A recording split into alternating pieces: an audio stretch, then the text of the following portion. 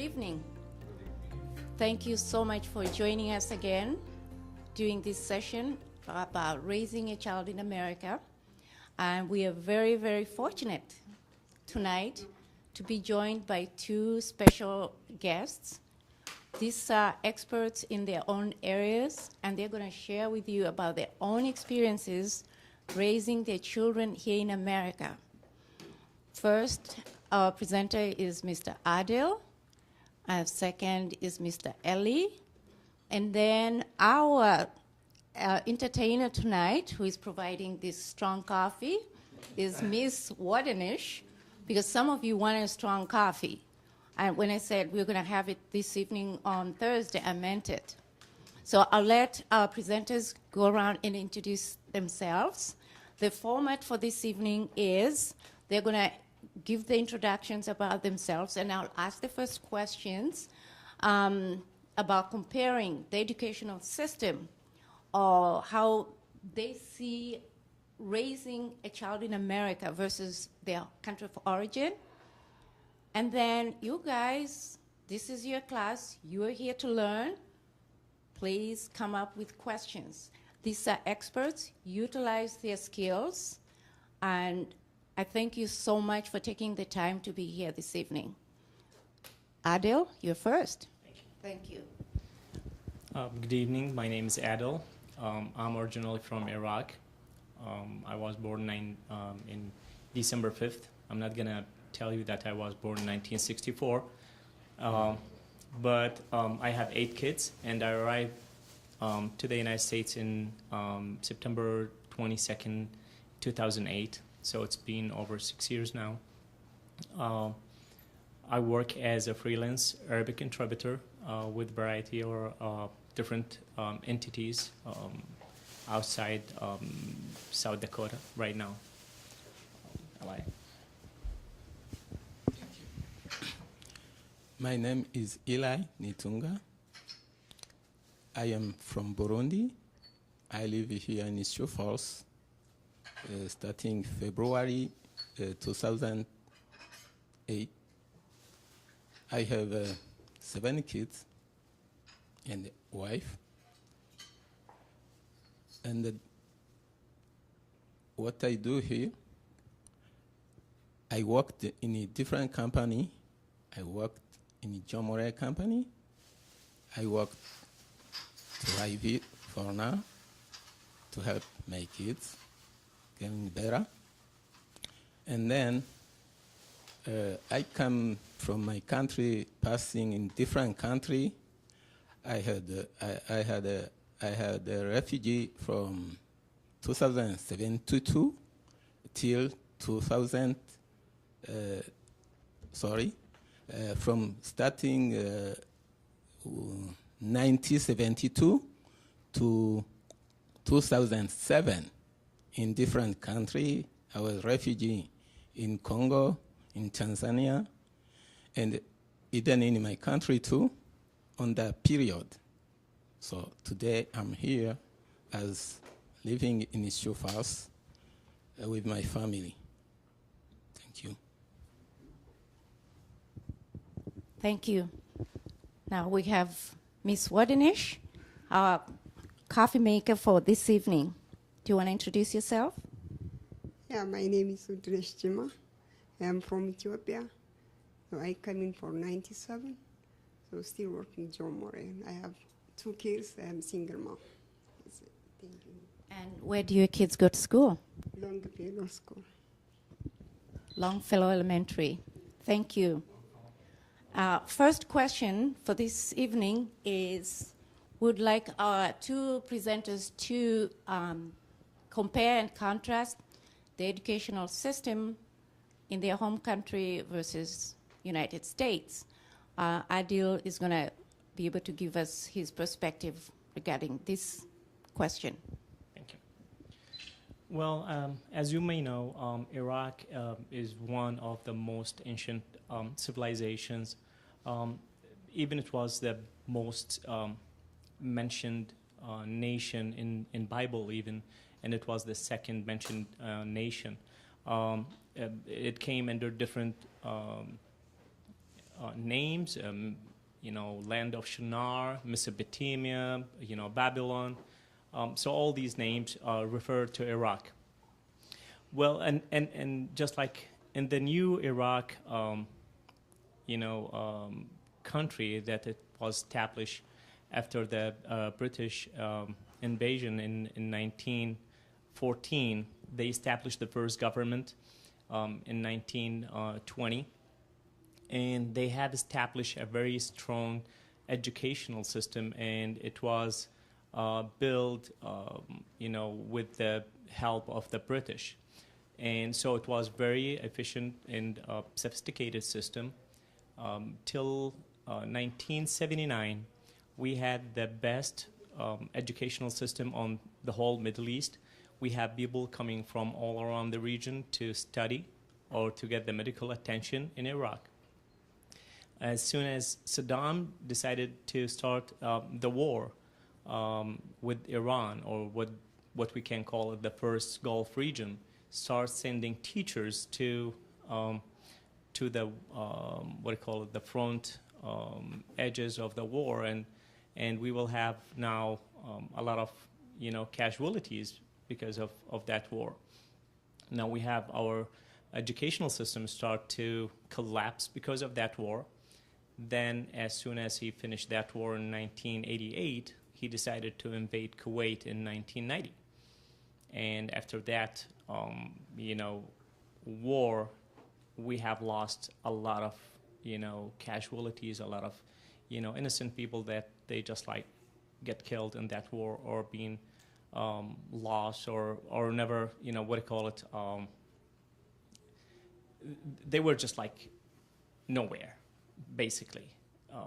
They don't have a record with the Red Cross. They don't have a record with any other international entity or agency.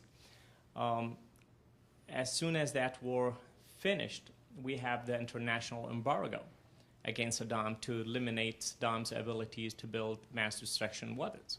And therefore, we have teachers start just like drop working for school, trying to support their families. The teacher might get only $2-3 a month, which is, does not support his family at all. And therefore, we have our system is just like going down and down. But I've known a lot of teachers that they never lost faith in their ability to establish the educational system again. They've been trying and trying, but after 2003, they have something even worse than the war itself. They had corruption. And with the corruption, you will have, notice that there might be a lot of infrastructure needed here and there, and they're going to tell you that, yes, we are planning to do that. And now after 11 years of that change, our students in Iraq still go in, schools that they were built from palm fronts, mud bricks, and they sit in just like in cold weather. I have some pictures. I'm gonna just like show it to you guys. So with that being said, just like trying to close your eyes and imagine a student come from this, zone and come to the United States. And for myself, having, when we arrived here into the United States, I had 7 kids. The older ones were already skipping school in Iraq, and they refused to go to school in Syria because of, they said, it's going to be very similar to what we had in Iraq, so we are not going to schools in Syria. And when they reached here, and we convinced them to go to school, at least to give it a try for 30 days. Just like you have 3 days, your money back, guarantee that if you don't like it, then drop school. They start school, and they start liking it because we don't have overcrowded classes here. There are just like a few students in each class. Teachers well skilled, and they have a very good communication ability with non-English speakers students. We had great homeschool liaisons. We had Martha, we had Clara. She was visiting us often at home, just like to make sure that kids are doing fine. We had the ability to communicate with the school. I'm going to tell you a joke. One day after in Iraq, that was in Iraq, the finals, and there's the finals for the elementary school as well. After the finals finished, the principal of one of the schools, and he was my friend, he came to my house and he said, "What you going to give me if I tell you that your kids just passed the final?" I said, "Okay, name it." And he said, "Okay, I need 2 bags of cigarettes." I said, "Okay, that's easy." So we went to the next door grocery store. We get the cigarettes, and he took it. 5 minutes later, he had a fight with my brother. Next day, when we received the cards, it shows that my kids failed the whole classes just because they had a fight, nothing else. So with that, with this kind of attitude at school, all the Iraqi students are struggling. They are struggling because of many things, lack of communication between school and parents and the student as well. Usually, seeing the teacher outside is a scary thing because the teacher would not accept to see you on the street, because that means you're sneaking out of the house without telling your parents. So now I had Muhammad, my son. He's 24 years now, and he was the one that I most struggled with when we first got here. Now he accepted to go to job corps in Utah. He graduated. He got his high school from there. He learned a trade. He became an electrician, though he did not practice that. He started working for Walmart on the east side, and last night he was promoted to a lead. I had Ahmed. He's a supervisor with Walmart as well in Sioux Center. Asil is a supervisor with Lewis. Of course, at home they are supervising me, but I need a lot of attention there. Also, I had Ali, that he's planning to go to STI.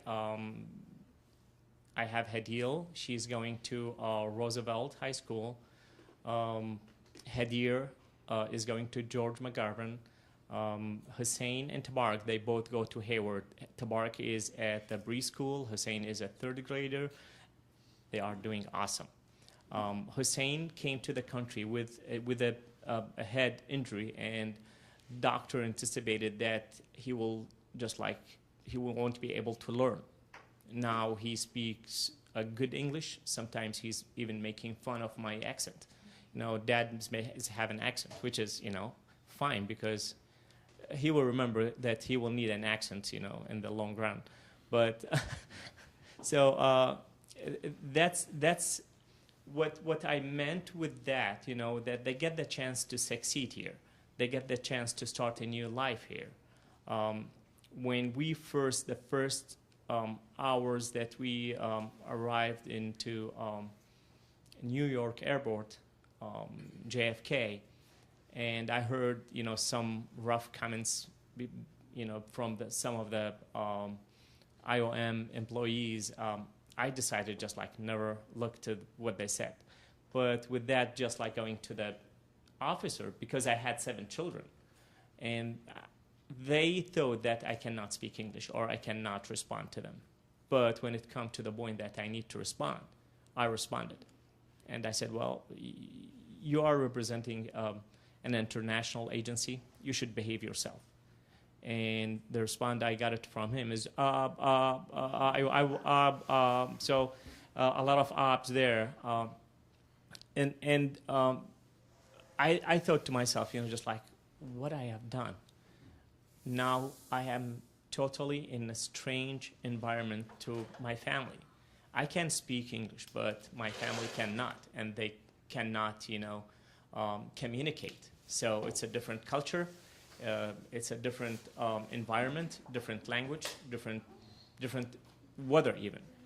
And that was just like, it was a huge jump, and it was a huge adjustment for all of us. Now every day I've seen my kids, succeed, and just like they are successful in their lives. They have practiced, all means of respect. Though with the older kids, it was very easy to adopt the American culture because they have their own roots. They understand both cultures now, in the Iraqi or the Arabic culture, and they understand the American culture, so they are very, respectful. The younger ones, they adapted the American culture. We are trying just like to keep our own rules at home, just to keep the mother tongue. They are not allowed to speak English at home, and if someone trying just like to speak English, everybody is gonna say it's just like Arabic, no English, because we want them just like to keep this kind of, root. I don't want them just like to totally being out of roots. Then we have to adopt the culture without having roots, and that's gonna be tough because they might lose both cultures. And therefore, the only person that I'm still struggling with is the teen, the 16. She was 13. Now she's 17, because she's in between two cultures. She's in transition. She didn't adopted the whole Arabic culture. She's still not used totally to the American culture. Here's the point of struggle, because now she's trying to imitate whatever she's gonna see outside. Though she know that not whatever she see outside or saw outside is correct.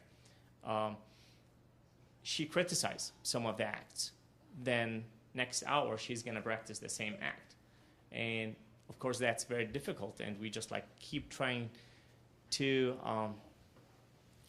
educate her and just like to keep her on the right track all the time, and not to lose track here and there.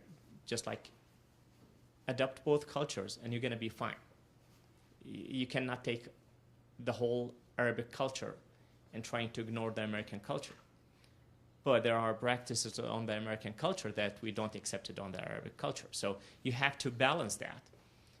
I think she's learning more and more about that, and she's doing fine, but I still have some concerns. Eli, the air is yours now. Sorry, I took longer than I supposed. No, Adil, thank you. I will just like distribute some of the pictures for classes in Iraq. You will see some classes overcrowded. Some students on the floor trying to do their homeworks. We are talking about a country with, I'm sorry, Eli again. We are talking about a country with $175 billion budget. We are talking about $500 for a teacher monthly salary, and $20,000 a parliament member, only just like a monthly salary. Just imagine the gap. So, no, thank you so much, Alan. Thanks. And so Jeff is going to share the website so you can have a better view of the photographs and what the classrooms look like in an Iraqi school system. Is that okay? Or do you want to have a look at this? Okay, thank you. Eli, you. Okay, thank you. I want to talk about the system of teaching in my country. First of all, I want to tell how is my country. My country is Burundi, is the one which is the smallest in African continent, which has almost 27,000 kilometers squares, so it's small. Education in my country, first of all, the country was colonized by people who speak French. The program is in French.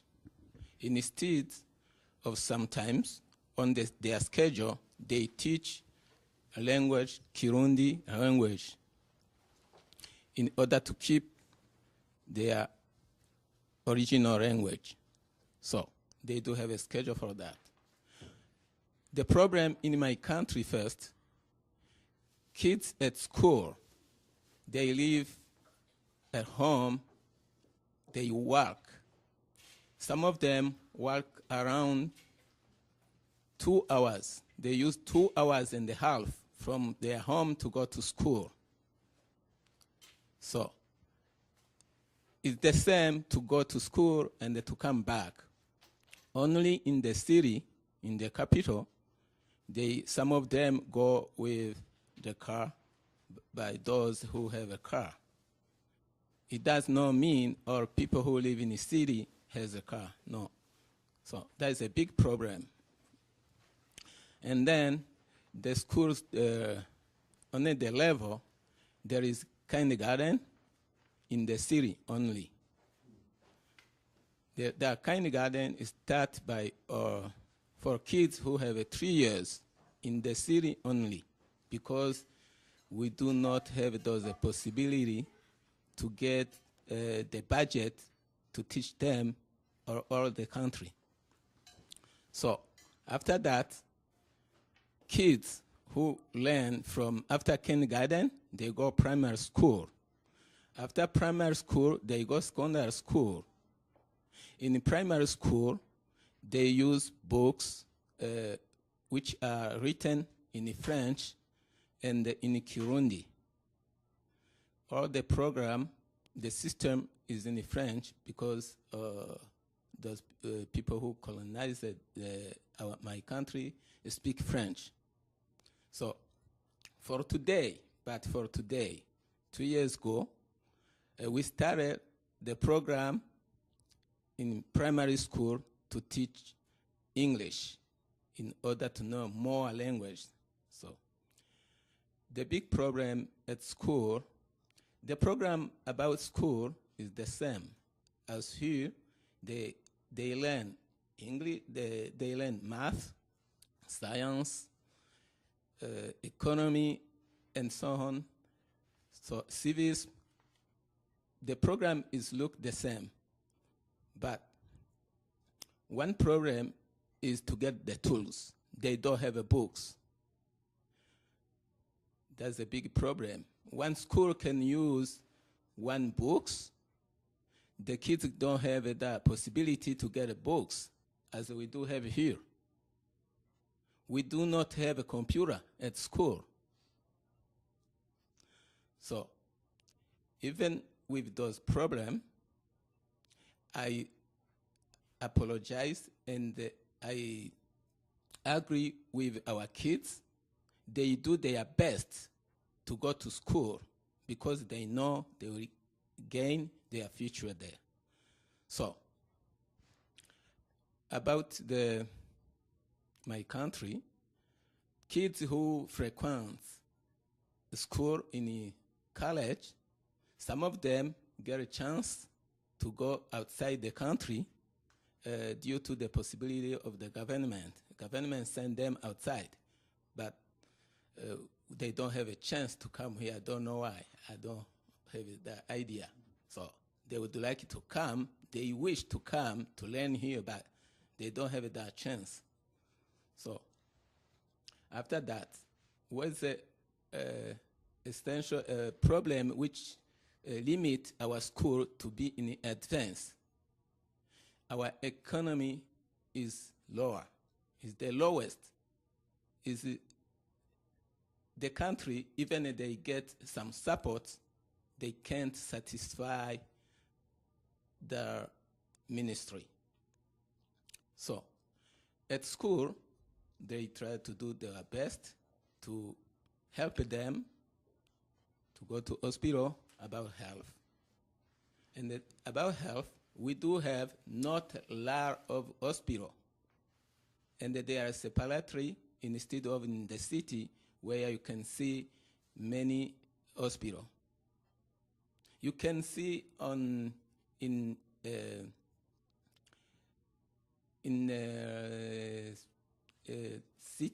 the city, one school, two school,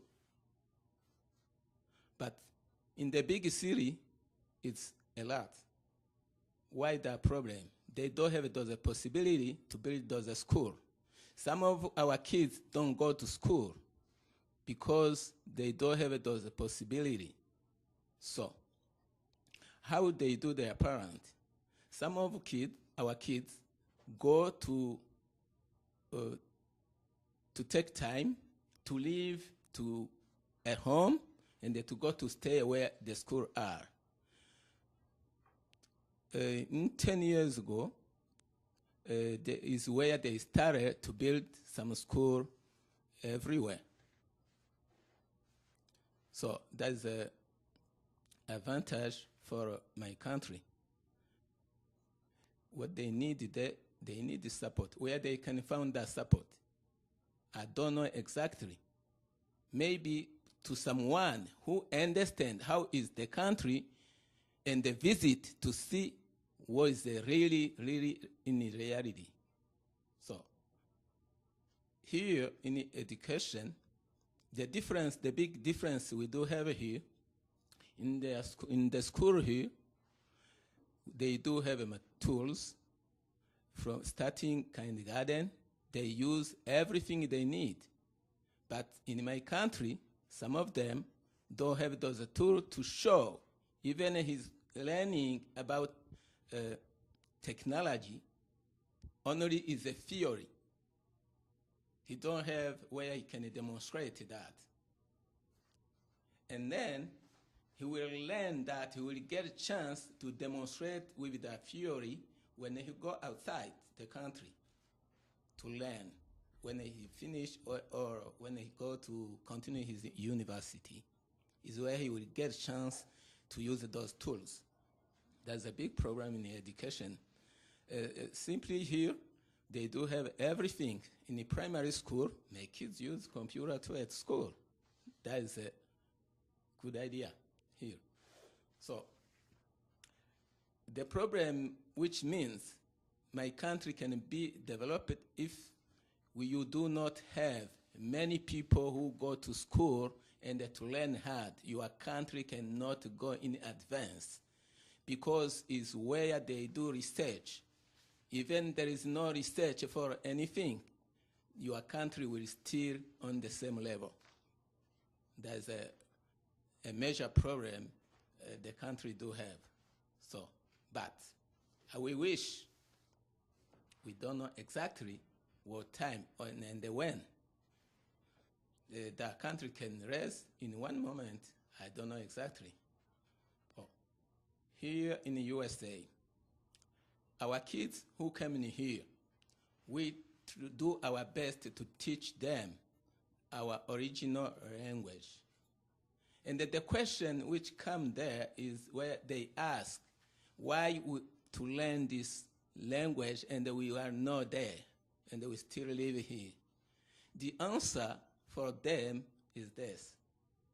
Yes, to learn your language is good because you come here at certain period, but you found other people who come in here.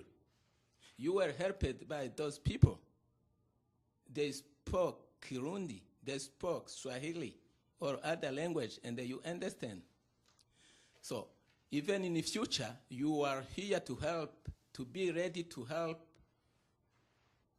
those people who will come here in the future to inform, to orient, and to speak them in their own language and they understand, and that they will feel okay. That's why you must learn that and keep your culture. So about culture, in my country, at school, the kids, they teach them how they can continue with their culture. You will see sometimes someone who can greet you with both hands. That is not a mistake. It's our culture. If you see some of them do that. So Here, there are different culture because of different people from different country. So that is the best way to keep, even I am from Burundi, I keep my culture. I teach my kids to speak Kirundi. And they are learning English. I wish tomorrow they will be example to accept to teach other kids too. To keep the culture is good, because if we take time, you will see people in clothing. We are clothing differently sometimes, which some like, some don't. So it's good to keep the culture. That's why we insist a lot for that. So here in the USA, they do have everything, because yes, this problem of parents, problem to not get tools to school, maybe it was happen, I don't know, but today they are able to satisfy their kids at school. They go with car. Even me, I go to pick them with car. It's good too. So maybe other country will be the same. It's because here they had almost 100 years ago, they follow those activities. That's why they are in advance. That is in brief I can tell about education. So as a conclusion, education in my country needs to be helped by people who are able to do. We cannot be like American people in progress today. No, maybe in the future it can be, as soon as they will get those access for those people who will try to understand how is the country to visit, because today, even we do not have if any country do have any relationship with those countries who were developed, they can't be successful for their result. Thank you. If I can add. Thank you, Ellie. Do you have another point? Yes, I forgot to mention that the education in Iraq is free from day one at school till they graduate out of college. It's totally free. The books, stationery, all these needed to complete your classes are free from the government. Also, our health system is free as well. But as I mentioned earlier today, it's because of the international embargo and the wars that Saddam went through. We had a nutritional problem. We have almost over 45% of the Iraqi population under the line of poverty, and that's not because Iraq is in lack of resources or money, but it's again because of corruption. That does not mean that during Saddam Hussein era there were no corruption. No, it was even worse. But we still live on this corruption chain that comes from Saddam to whoever following, and they cannot get rid of that. Again, the educational system in Iraq is totally free. So probably that's what they are missing in Burundi, ally. It's not free, right? Yeah, it's not free. What I can say about the money which they pay at school, that's why it's very difficult. Only those who are in kindergarten, there are some organizations who help, as a Catholic church and a Protestant church, where they do have some access to help those kids. So those who go to university or primary school, they pay money, and it's very hard. So to get success in university is very hard. Even if you have a knowledge, you can miss the point or the help. If you miss the help, you cannot go continue your study. It's very hard. So. Thank you. These are our experts. Please take time to learn more from them. You have this opportunity to ask questions, and I hope this session is going to help you become better representatives of this diverse population that we have, or we see in Sioux Falls, and I hope it's going to create a more respectful, safe environment for all of us. And these 2 points that are made here, you know, where you see in Iraq, there was free education, but due to various other issues like corruption, caused a lot of inequalities. Now we have lack of access or free access to education in Burundi. Again, the huge problem, it comes to who is in power. Corruption, I think, is also key to all these inequalities. So I am not going to ask or make any more comments. I would like our participants to take this chance to ask questions. And I had sent an email to all of you to provide some questions before our session. Please take this moment to do it. And this segment is being videotaped. I'm so grateful to the Sioux Falls School District for providing these opportunities for those who are not able to be here this evening or who have been here in the past to take this opportunity to learn from us or from these 2 experts that we have here this evening. If you have questions, please come forward, or I can come over with the mic. And Jeff is able to pick all the sounds properly. You may not hear properly, but Jeff is able to take and pick up the sounds very well. Is that correct, Jeff? Okay. So do you want the mic? Please, I'm going to pass around the mic. I will start with Gary.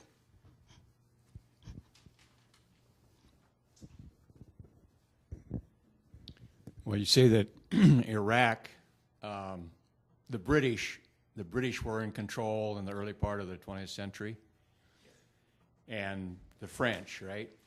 Now, do you believe that they had a positive impact on education, for instance, at that time, or didn't they make any difference at all if they hadn't been there? Well, compare with the Ottomans, because Ottomans were occupying Iraq for almost 400 years before that. So compare with the Ottomans with the Brits. They have their own, policy. They have, though they were just like trying to follow their own agenda in Iraq, but they helped establish an educational system that was and still very respectful in the region.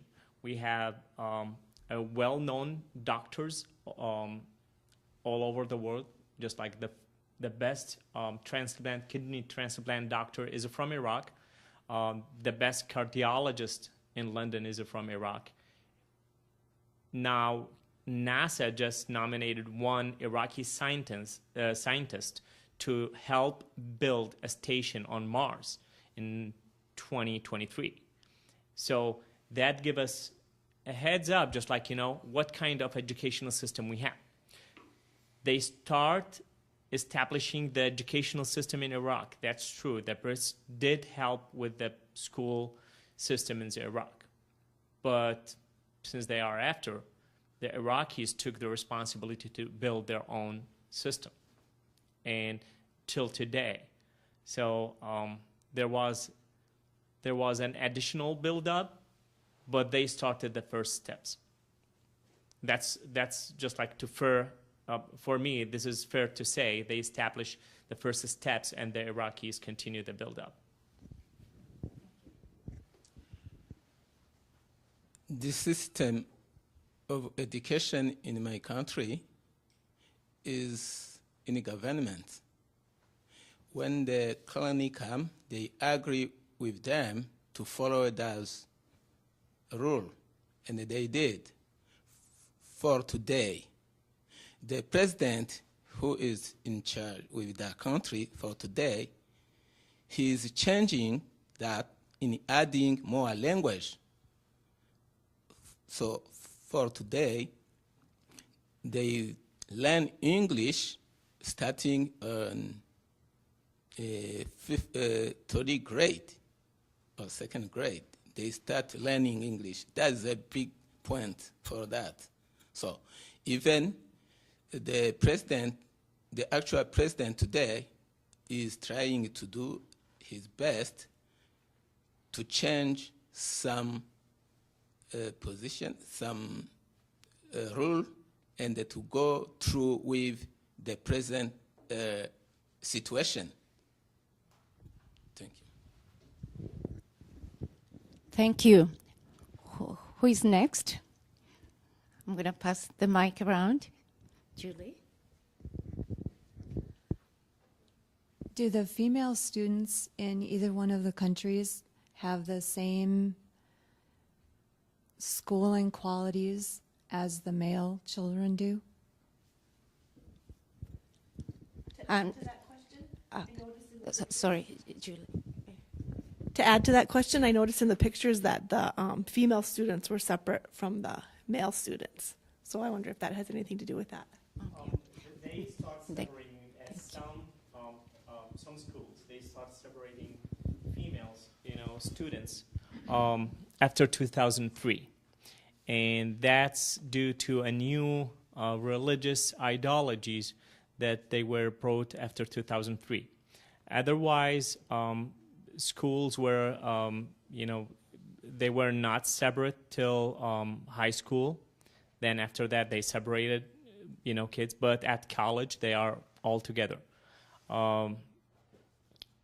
Just like at the end of the session, if you give me just like 2 minutes, I want to ask a question. And so I'm not going to ask that question right now. So, Ellie, do you have an additional comment? What was the educational system? Was it equal? Was it accessible by both girls and boys? Oh, yes. Both girls and the boys go to school on the same age. There is no difference. And there are those kids, the problem to start to school is not easy. I tell on the primary school, they start school at 7 years. Those who did not go to kindergarten, even they did not wear help at church because the church have an opportunity to help kids to learn how reading and so on. So they start at 7 years. Even if he did not go to kindergarten, he must start school at 7 years, either girls and the boys. That's the same thing in Iraq. Thank you. You notice that we're using elementary, primary, same thing, secondary, and here we use the term high school. So we mean the same thing. And that's due to the British standards, Yes. In English. Thank you. So I did not get the British, what do you call it, the British Royal British accent. Melissa, you have a question? No. Anybody? Richard and Jack, do you guys have a question? Okay.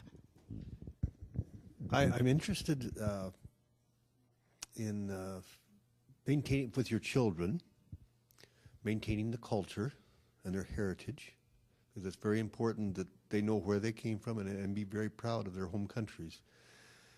How does that relate with their interaction with the children that they have, like your daughter, they're in 3rd grade, which obviously I must meet her every day, but I'm just curious as well, Ollie, your children,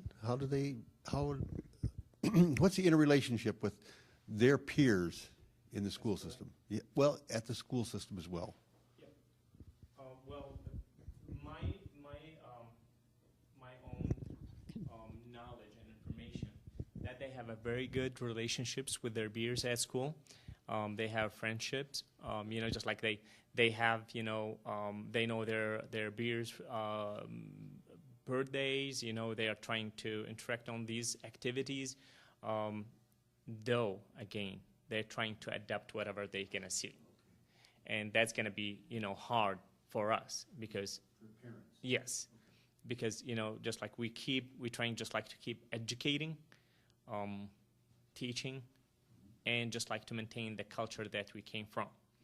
On my citizenship ceremony, and that was back on December 2013, I decided to wear my traditional Arabic, clothes, and I went there wearing the what do you call it, the agal, and just like wearing clothes. So the bailiff at the federal court just like was looking to me like that. I said, okay, this is not an Arabic Batman, but just like I'm here for my ceremony. So just like the message I wanted to relate to my kids, that even if I became a U.S. citizen, I'm here in the United States, I'm trying to keep my own culture. I want to respect my own culture, and I want you to do so. And this is my message to my family, just like generation, they're going to remember that. So they are doing well at school. I never had an incident of being called to school because kind of a conflict at school. Their peers at school trying to learn more about the culture, why they are wearing those clothes, why they are wearing the hijab or the scarves, why they are, just like wearing those long clothes. They're trying to learn and also trying to keep the same healthy relationship without being bridgeless, and we have not noticed that in the school for the last 6 years that we lived here. We have not noticed a one single incident show bridgeless at school. And really, this is a very healthy thing to have. What I can say in education, a relationship with our kids and the kids they found here is very good. So they keep working together. Even there is any type of things they do, we can know exactly because we work in collaboration with teachers. We do the conference at school to know exactly what's going on at school with our kids and the teachers. We work in we start one step and keep going. So our kids work together with other kids, even they don't speak the same language, but only the one language share is English at school. And that's why they not speak English better than us. So that's the big things we admire. So after that, we can't stop to show them our culture, how to put their clothes on, how to go to participate in the community, to visit others, to go to church, or to go shopping everywhere. We teach them how to go, and because it's very interesting for them, for us, everywhere, because when you meet someone you don't know, you know exactly how to greet him in one way. And for education, for parents, even if our kids follow that, it will be the best, because if you mix with an individual who is a parent, he can say, excuse me, and say, excuse me, that's a good things for our parents. But for kids, I see not yet, because the parents know what to do. Our kids, I think they will learn from parents. That is why we keep going with our traditional culture. And not to forget, they must mind, knowledge why the person is working in that way. And he can't imitate because he don't know why he's working in that way. So there is a good collaboration between, for us, parents and the school. Thanks. By the way, we met, myself and Ally, several times, but we were just like passing each other probably here and there. But tonight when I get into the room, Ally greet me in Arabic. and I greet him in Swahili. So we forget about English for a minute there. So Thank you. And This might not be a question, but my grandparents were immigrants, came to America back in the 1800s. And you talk about traditions where you want to, at home, you want to keep the language. So do you think 10 years from now that your children will still want to keep that tradition of what they were born? If they were born German or Russian or Arabic or what it might be, you think being coming to America, you think that they'll want to keep that tradition? That they want to just, or will they want to kind of fall back to what you were when you were younger?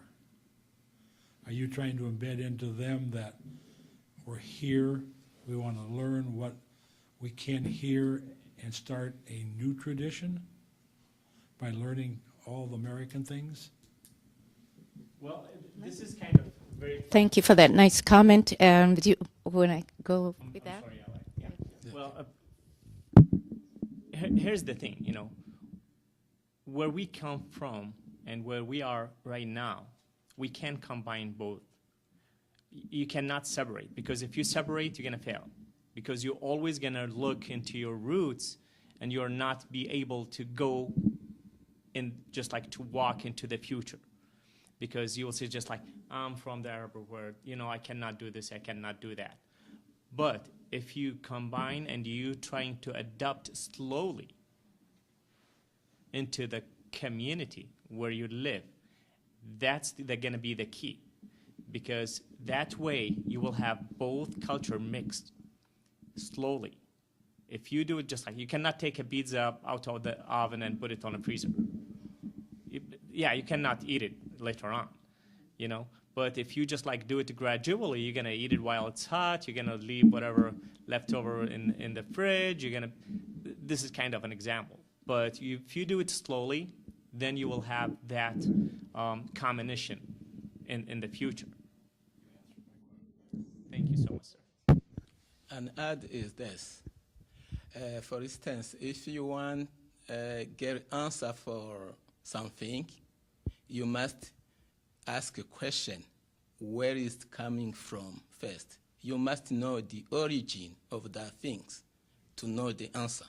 So, after knowing the origin, you will be able to get an answer. The answer in the future, it will come as something which will continue in the presence without taking this way or that way. It will show exactly which way they follow. So, for today, we do teach them our culture because they are smaller. They don't know about where they are. They must learn from us. In the future, they will ask, where was your country? How was your country? How people lived there? And those who do research, they must follow the history of the country. They cannot do nothing without knowing the history. If you know history, you know the thing that country needs. And you will be in the progress step by step. Thanks. that's a great comment. With my working for the school district and assisting various parents and collaborating with various teachers, we remind each other to make sure that we respect the cultural heritage from which all of our students come from. Especially, we encourage the parents to read to their children at home in their native language, because if they have a strong background or historical background, they will be able to have a strong language skills or even a strong historical background. They're likely to respect themselves and respect other people. That is just a fact. And right now, we are almost coming to a close to our session. Adilu, you wanted to make a comment or a point? A comment. It's regarding the whole, just like educational system in my country. Now we have seen, the pictures and the overcrowded classes, and with over 45% of people living under the line of poverty, we will see students drop off school to help and assist their families. And that way we will have more illiterate people on the streets, that they're going to be victims of extremists from all religion, all kind of religions, to brainwash them and send them to do stupid things. And that happened in Burundi, I believe, with the Hotso, Tutsi, and just like those tribes, and they start killing each other, the two famous tribes. And it happened every day in my country, just like people being recruited just like to kill each other. That's because of lack of education. And if you look into the Iraq back on, I would say not far from now, it's just like 1979, right before Saddam taking over or do his coup. Iraq was the #1 country on Middle East in all levels, industrial, educational, health system, everything.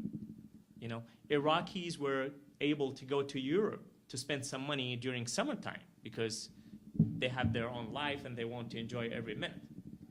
Now, with the wars, with the corruption, with lack of educational, resources, I would say, we see and notice every day that we have people get killed because of lack of education. I'm sorry if I made that comment, but this is the truth. It's very painful for me to say that about my country, but this is the truth. We cannot just close our eyes and just like, I wish that wouldn't happen in my country. It need a lot of work. For myself, I had a lot of friends that they are working on the educational field. I would say I have faith on their ability to change, the mentality of the superiors even. So hopefully we're going to see some change in the few years, but let's pray that we will not have a lot of people get killed because of lack of education. Thank you. Yes, we're going to give you a chance to make a closing statement, right? Okay. Thank you. What I can say as a conclusion, the education, you cannot educate someone who is not healthy. The education go with healthy. So in my country, the actual president took time to put in the government the rule, those female women who will get a baby in the future, to treat them for nothing is free. They can go to get that. So that is another point. In one way, he's changing the education. And those who will learn in the future, they will know exactly what passed. And they do have a card, a family card, which will help those kids to go to hospital due to their parents. So, in brief, is going to be in the future. I wish there will be a chance to change and to get better and better. Today the education is keep going, but we do not have too much school. But the parents are doing their best to build their own school, and the government take take step 2 to help them to give the place where they can build, that's a good idea too. Thank you. Thank you. Adil, do you have any more closing comments? Well, class, it was a pleasure being part of this session, and we want to thank these two guests or experts in their cultural field for coming and sharing their personal perspective. I want to remind you that this is not always easy to share our stories. So when I have Adil or Ellie to come and share their story, I'm always humbled, and I respect that. And I understand it's not easy, as you know, to talk about painful stories, the background. It's not something you can just drop and start retelling like it was eating a piece of cake. So these two gentlemen have had like 100 years worth of life experiences, although they're not 100 years old. But they teach me to be humble and to be a better server of future parents that we are continually seeing and serving in the Sioux Falls School District. So thank you so much for giving your time this evening, and thanks to everybody.